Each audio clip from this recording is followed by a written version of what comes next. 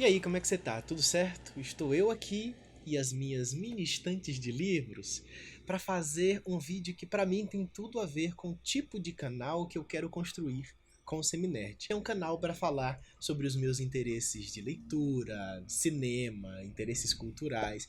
É um canal para registrar o meu processo de aprendizado, a minha aquisição de repertório cultural. E nesse vídeo eu vou falar sobre as minhas leituras de janeiro, qual é o balanço que eu faço desse mês de janeiro, das minhas leituras, do que eu consegui estudar, como é que foi o meu caminhar. Janeiro foi um mês bem difícil para mim, tiveram várias dificuldades assim, de trabalho, da vida, eu precisei mudar de casa também, e assim, quem já mudou de casa, ou quem já mudou muitas vezes de casa, como é o meu caso, sabe que é muito complicado esse negócio de mudar de casa, é horrível, mudança é um negócio muito ruim. E eu precisei mudar de casa de uma forma assim um pouco mais urgente do que eu estava esperando. E aí foi uma dificuldade muito grande para encontrar uma nova casa, para fazer todo aquele processo de mudança, de tirar as coisas de uma casa, levar para outras. E é impressionante quando você está fazendo isso, o tanto a gente chama aqui, o tanto de breguesso que aparece. Você fala, onde que estavam todas essas coisas, né? E aí sai jogando um monte de coisa do lixo, e enfim, vai renovando também. Somando a mudança de casa com a rotina de trabalho, as outras necessidades que tenho, tudo isso fez com que o meu janeiro não tivesse nada a ver com o que eu imaginava e tivesse muitas dificuldades que eu também não esperava, mas a vida é assim, a vida surpreende, às vezes para o bem, às vezes para o mal, e às vezes aquela coisa ali, né? Um equilíbrio de coisas boas e coisas nem tão boas assim, às vezes umas coisas ruins também. Eu tinha planejado ler alguns livros em janeiro, mas eu li apenas um deles. Os outros eu precisei mudar. Ao todo, eu li 3 livros em janeiro, foram 3 livros curtinhos. Eu mudei os livros que eu leria para me adaptar mesmo ao meu mês de janeiro. As dificuldades não permitiriam que eu lesse livros mais aprofundados e mais longos. Então, percebendo isso, eu precisei trocar alguns livros para cumprir as demandas da vida e não deixar de ler, porque é um desafio, porque às vezes a gente planeja que as coisas aconteçam de uma determinada forma e vem a vida e nos surpreende e a gente joga os planos para cima, chuta o pau da barraca, mas eu não queria que isso acontecesse, então a melhor forma era me adaptar. Eu escolhi livros que eu pudesse ler principalmente pelo celular e pelo Kindle, mas como estava nesse processo de mudança e o Kindle também estava no meio das coisas, eu acabei lendo muito mais pelo celular. Coloquei o aplicativo, na verdade já tinha, né? O aplicativo do Kindle no celular e nos intervalos de trabalho ou enquanto eu estava no processo de mudança e estava na casa esperando alguém chegar com o almoço ou alguma coisa assim, eu parava alguns minutinhos e ia lendo o livro que eu tinha separado. O primeiro livro que li em janeiro é Carta sobre a Felicidade, de Epicuro. É uma carta realmente que o Epicuro escreveu para uma outra pessoa chamada Meneceu. Nessa carta ele vai aconselhar, ele vai ensinar como é que Meneceu pode alcançar a vida feliz. Como é que ele pode viver de forma que ele encontre a felicidade. E para o Epicuro, a vida feliz é a vida que tem o prazer no centro dela. O foco da vida deve ser alcançar o prazer. Poderia dizer que meio que duas coisas: reduzir ao máximo o sofrimento e aumentar ao máximo o prazer. Esse é o foco da filosofia do Epicuro. Essa é a forma como ele enxerga a vida, como ele enxerga que a gente poderia alcançar a felicidade em vida. Mas a forma como a gente pensa prazer em nossa sociedade não tem muito a ver com a proposta do Epicuro, com o que o Epicuro estava querendo falar ou estava efetivamente falando quando ele falava sobre prazer. Inclusive, na sua época, ele era muito combatido, ele era visto como um libertino, um cara assim, que tinha um estilo de vida meio sexo, drogas e rock and roll, sabe?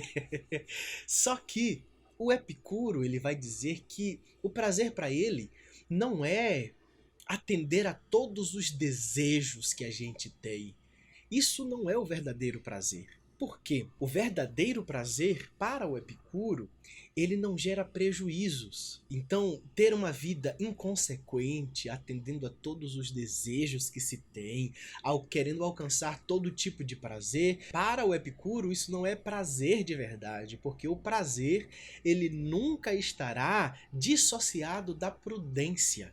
É isso que ele vai falar. Então, viver de forma feliz, viver de forma que tem o prazer como o centro da vida, como a finalidade última, a finalidade mais elevada, a finalidade principal da nossa vida, é viver também com prudência. Inclusive, ele vai dizer que às vezes um determinado tipo de sofrimento será preferível a um determinado prazer. Quando? Ele vai dizer que quando um sofrimento vai gerar no futuro um ganho muito maior, esse sofrimento será um bom sofrimento e será melhor do que um tipo de prazer que a gente atenda a um determinado desejo, a gente sinta um determinado prazer, mas que ele nos gere prejuízos depois. Então é uma forma muito interessante de se enxergar a vida, e ele vai nessa carta, que é super curtinha. No YouTube você vai inclusive encontrar audiobook que dá, sei lá, 15 minutos no máximo. Nessa carta, o Epicuro vai falar sobre uma série de coisas e como é que a gente precisa se relacionar com essas coisas para de fato ter uma vida feliz.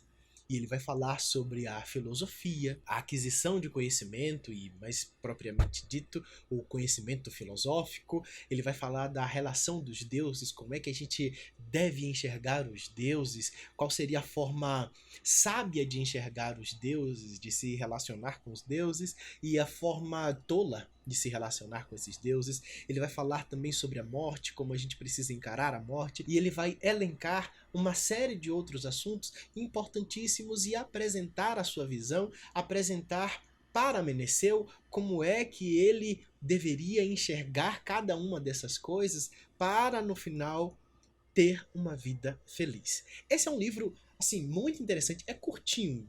Acredite em mim, vá por mim. É um livro super curto, mas ele é muito interessante. Ele traz reflexões que podem ser muito úteis para a sua vida e para a minha vida também. Obviamente, a gente nunca vai concordar 100% ou quase nunca vai concordar 100% com algum determinado autor, uma autora, as ideias que alguém apresenta, mas a gente pode fazer esse julgamento crítico, essa leitura crítica e ver o que é que faz sentido em nossa vida, o que é que não faz, por que não faz sentido, e a gente se permitir ser confrontado com ideias diferentes, ideias que são bem construídas. Eu falei que para conseguir dar conta das demandas da vida e ao mesmo tempo não ficar sem ler, eu escolhi livros mais curtos e mais leves, fiz adaptação. Só que o segundo livro que eu li definitivamente não é uma leitura leve, é um livro curto, tem cento e poucas páginas, acho que tem 140 páginas, 120 páginas, uma coisa assim. Mas definitivamente não é um livro leve, é um livro pesado, que é Olhos d'Água, da Conceição Evaristo. É um livro de contos. São, não me recordo, mas talvez 13, 14, 15 contos que a Conceição Evaristo escreveu. Até onde eu sei são narrativas ficcionais, porém, é aquele tipo de ficção que você sabe que definitivamente tem muita gente passando por aquele tipo de dificuldade e vivendo aquele tipo de vida. São contos que falam sobre pessoas, principalmente mulheres, vivendo, enfrentando as dificuldades da vida, estando em condições de vulnerabilidade. E às vezes de vulnerabilidade extrema, sofrendo todas as dificuldades da vida, do trabalho e para se manter e relacionando-se com outras pessoas, mas numa condição de uma pobreza, e às vezes uma pobreza muito grande, a violência e abandono. É assim, cara, eu fui lendo esse livro, tinha hora que eu precisava pegar um fôlego, assim, porque são histórias pesadas. São histórias pesadas. Eu passo dificuldades. Eu conheço muita gente que passa dificuldades na vida para conseguir pagar as contas, para conseguir sobreviver. para tentar melhorar de condição financeira, social e outras coisas tantas, né? De conquistar algumas coisas que a gente tem vontade, que a gente tem sonho, sabe? Mas existem pessoas passando dificuldades muito, mas tipo, muito maiores do que as que eu passo. E às vezes a gente esquece disso, sabe? E a literatura, ela é importantíssima para nos lembrar disso. E às vezes a literatura, ela consegue, às vezes a literatura, a arte como um todo, né? Às vezes como literatura, como música, como cinema, a arte ela vai conseguir falar com a gente, vai apresentar realidades pra gente, mas não apenas numa frequência assim cerebral apenas, sabe? Porque, por exemplo, quando a gente assiste um jornal, o jornal ele apresenta uma série de mazelas que estão acontecendo na sociedade. Mas principalmente porque existem muitos jornais sensacionalistas e programas sensacionalistas, a gente acaba perdendo a sensibilidade, né? A gente vê as misérias acontecendo, mortes e tantos crimes e tudo mais, e a gente já viu tanto e vê tanto aquilo ali sendo noticiado, apresentado, que a gente fala, é verdade, isso é ruim, mas ok, próximo. E a gente às vezes não consegue se compadecer com o sofrimento dos outros.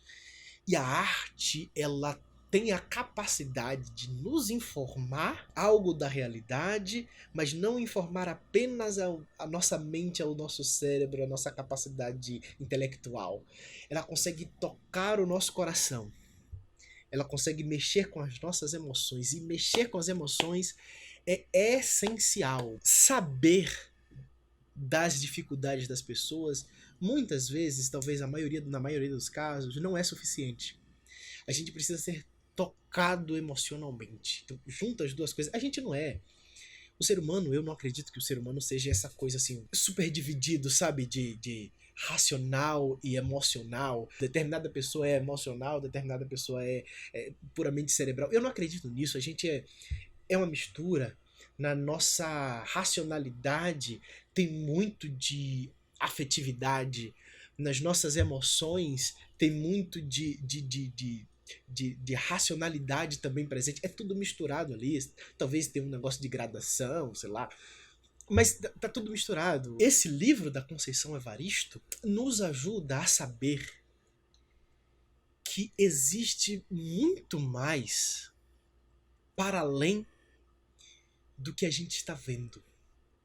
E existem dificuldades de vida iguais ou piores do que aquelas que estamos vivendo. E talvez, ou com certeza, viver de forma individualista não seja a melhor solução. Talvez pessoas que têm a vida abastada, ou sempre tiveram a vida abastada e não tem grandes necessidades materiais, certamente vai ter suas dificuldades relacionais, etc, etc e tal. Mas, principalmente para quem é pobre, a vida sem comunhão, a vida sem coletividade, a vida sem cooperação, ela, sei lá, às vezes é impossível, às vezes eu diria meio burro, sabe? Porque não dá, porque a vida é difícil demais pra gente dar conta dela sozinhos. É tipo isso, sabe? Esse livro da Conceição Evaristo, ele é, como o pessoal diz, ele é potente, ele tem uma potência. Claro que a gente precisa se permitir entrar nessas narrativas e ser tocado por essas narrativas.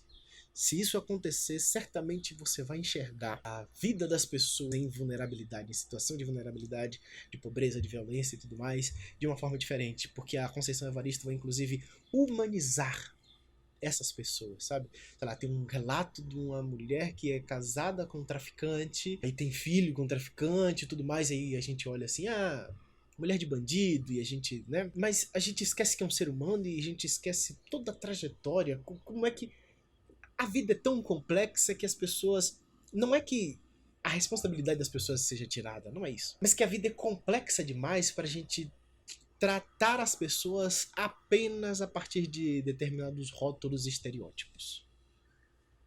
Esse livro vale a pena ser lido. Agora, Prepare o seu coração.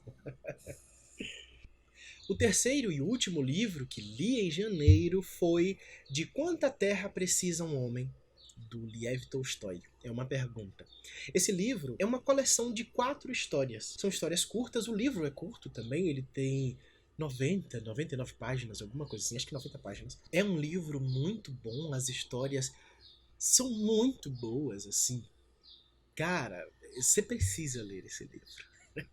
É um livro que ele vai falar de espiritualidade, mas ele vai falar de sentimentos humanos, ele vai falar de arrogância, ele vai falar de egoísmo, ele vai falar de ganância, ele vai falar de amor, ele vai falar de aprendizado. Essas histórias, elas abarcam um tanto de assuntos da vida humana que e de uma forma, e tratando de uma forma assim maravilhosa. Maravilhosa, maravilhosa. Esse livro é muito, muito, muito bom. As histórias são muito legais.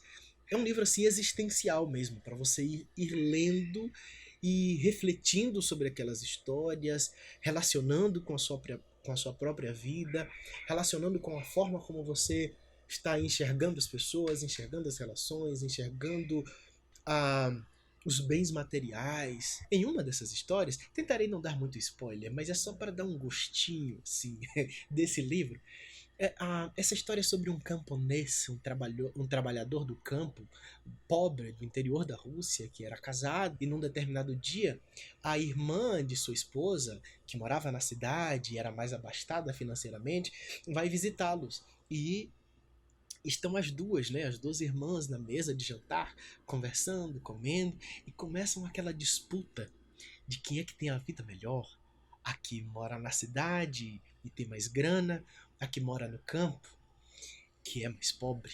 A que mora na cidade começa a falar das vantagens de morar na cidade e de ter mais grana. A que mora no campo começa a falar das vantagens de se morar no campo, as armadilhas que existem na cidade. E o marido, o camponês, ele estava na cama, escutando toda aquela conversa. Ele permite que um sentimento de, talvez, arrogância entre em seu coração. Só que essa arrogância, ela se torna ganância. E a vida vai acontecendo de determinada forma que ele começa a ter mais oportunidades e melhora financeiramente de vida, só que ele nunca está satisfeito.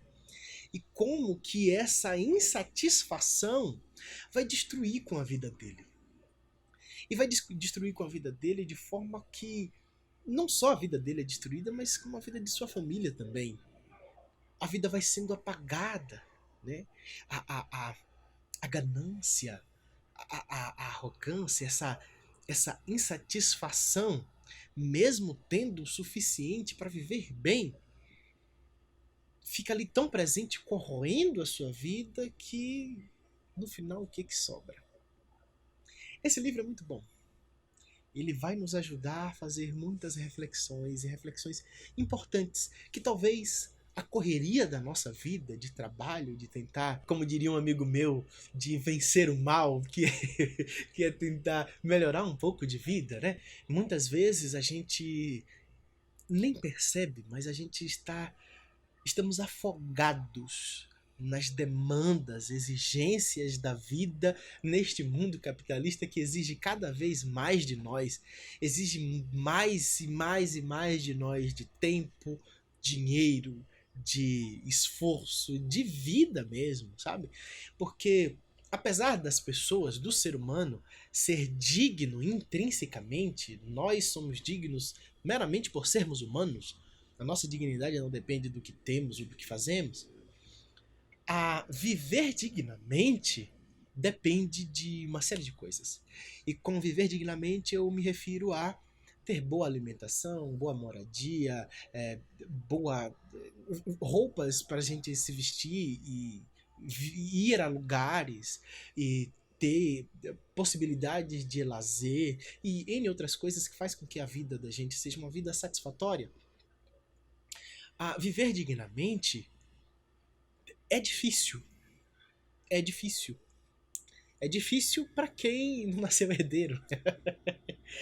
Então, nessa luta por melhorar a nossa condição de vida, a gente pode muitas vezes, e às vezes estamos de fato, esquecendo de dar atenção a uma série de coisas que tem a ver com as virtudes, com, com o modo de se portar dignamente também, de se portar com honra na vida e não se deixar ser consumido por tantos maus sentimentos e tantos vícios que a gente pode acabar aderindo ou acabar sendo consumidos por eles, né? E é isso. Esses são os livros que eu li em janeiro. Essas são as minhas reflexões a partir desses livros. Me conte aqui nos comentários se você já leu algum desses livros. Se sim, me diga o que você achou.